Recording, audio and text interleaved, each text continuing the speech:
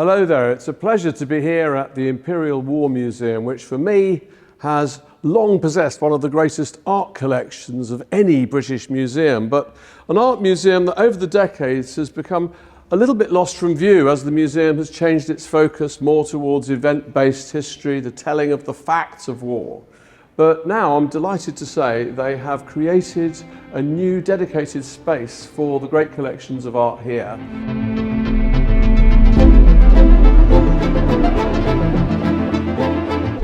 And here with me today is Rebecca. Hi, Rebecca, who is Rebecca's head of art, Rebecca Newell, head of art at the Imperial War Museum. Now, you've very kindly agreed to talk me through the new display. So tell me about the thinking behind it.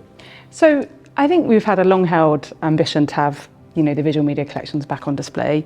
We've had lots of interesting pockets of things over the years, but this is the first time for some decades that we've brought the visual media collections out again, and the first time that we've brought the art, film and photography collections into dialogue.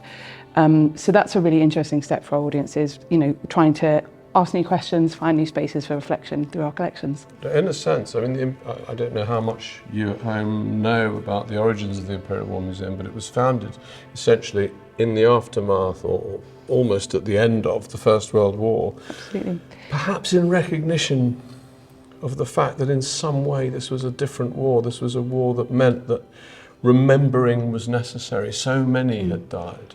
Yeah, it was founded in 1917, really as the war was still, as you say, coming to the end, but still really going on.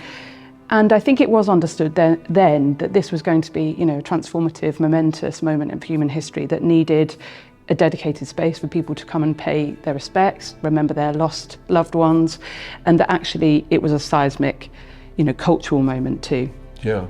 Now, if we can just look at some of the things that you've got in your opening wall of display. I mean, you're clearly mixing up the wars, you're mixing up the periods. This is an introductory section, so we have a minefield in Afghanistan.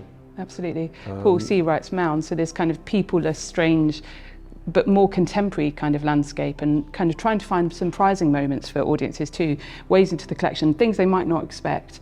But of course, John Nash's over-the-top artist rifle is actually the unit represented here, going over the top at the Western Front, this very kind of harrowing, this event of modern war that he's trying to represent here, this kind of brutality. So I think I'm really pleased you put that Nash at the front, because a lot of people might have thought you'd put a Paul Nash at the front, because he's the more famous of the brothers. But this John Nash, it's perhaps not, it's not one of his greatest pictures, but as an actual snapshot of what that might have been like.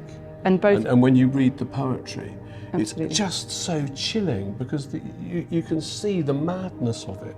They're armed with these things that look like toy guns, and of course they are toy guns because they're walking into their death. They're walking into machine gun fire. And this was based on a real event that John experienced. Of course, he and his brother Paul were both soldier artists. They were both part of that kind of young set of artists coming through, who both experienced, service on the Western Front too.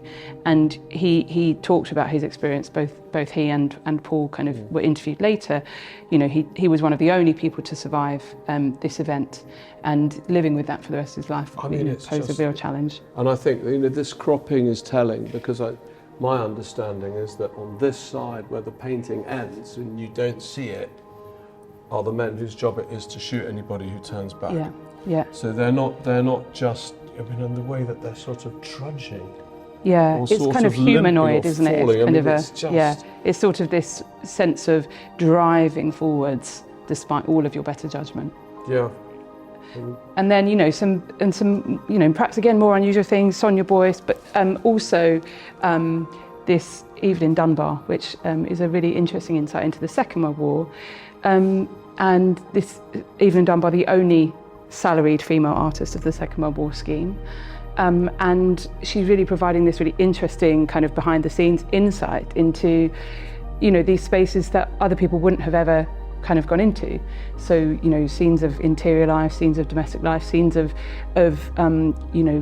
women who'd been co-opted into service in different ways, getting ready in the morning, eating, being together in these kind of spaces. Life goes on. Absolutely. In a sort of weird way. And then you've got It's like this Christopher Nevinson, Absolutely. I suppose, is remembered partly as England's futurist, but one, again, this idea of, you know, what happens to the language of painting under the pressure of war, because this language of sort of fractured cubistic, it had been seen as avant-garde, which of course is a metaphor taken from the idea of the front guard of an army. It was associated with what Picasso and Braque had been doing. It was, but suddenly that machine aesthetic becomes drawn into the machinery of war, and it acquires a totally different meaning. So this is a cubist portrait in which the people have, so to speak, been cubistically absorbed into a horrible machine. It all becomes sinister. Yeah, and I think that we are trying to kind of introduce at this point, at the beginning of our galleries here, this sense that artists are grappling with trying to find a new visual language to represent this really, you know, transformative experience, but also to say something about the kind of, I suppose, depletion of the individual self within this machine of war. And actually, you know, we see Nevinson and others grappling with, is that the right language? Is this kind of fractured, abstract language the right one? How do we make sense of this, you know, this kind of disruption of ourselves that we've experienced? I mean, I think that's what's, in a way, one of the most moving things about any display of art that takes its start, as it were, from the First World War, is this sense that, you know, you think art in the 20th century is accelerating from one ism to another, from one ism to another. We're innovating and we're exploring, we're thinking of new things, and but we can never remotely keep up with the speed with which war is metamorphosing and the horrors of war. So, I mean, I think this is, I really like what you've done here, in the sense that you've got this, you know, here's Paul Nash basically dying of pulmonary tuberculosis, caused actually by having been gassed in the First World War.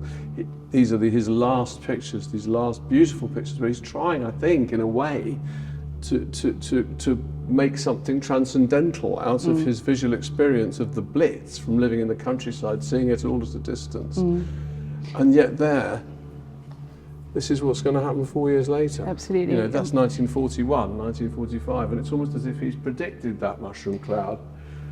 Yeah, You know, I mean, he spent a long time, you know, in those years, playing with light, playing with, you know, aerial phenomena, playing with cloud formation, playing with aerial, you know, there's sort of some sense of parachutes, lots of things that were going on. He'd never been up in a plane, obsessed with the idea. Parachutes to those, you know, dandelion blossoms that fly off in the sun, and it's, but that's a man who's been bombed, who's probably got burns, you know. So again, he's sort of taking this romantic language and you're using it applied to war, and it creates something very uneasy.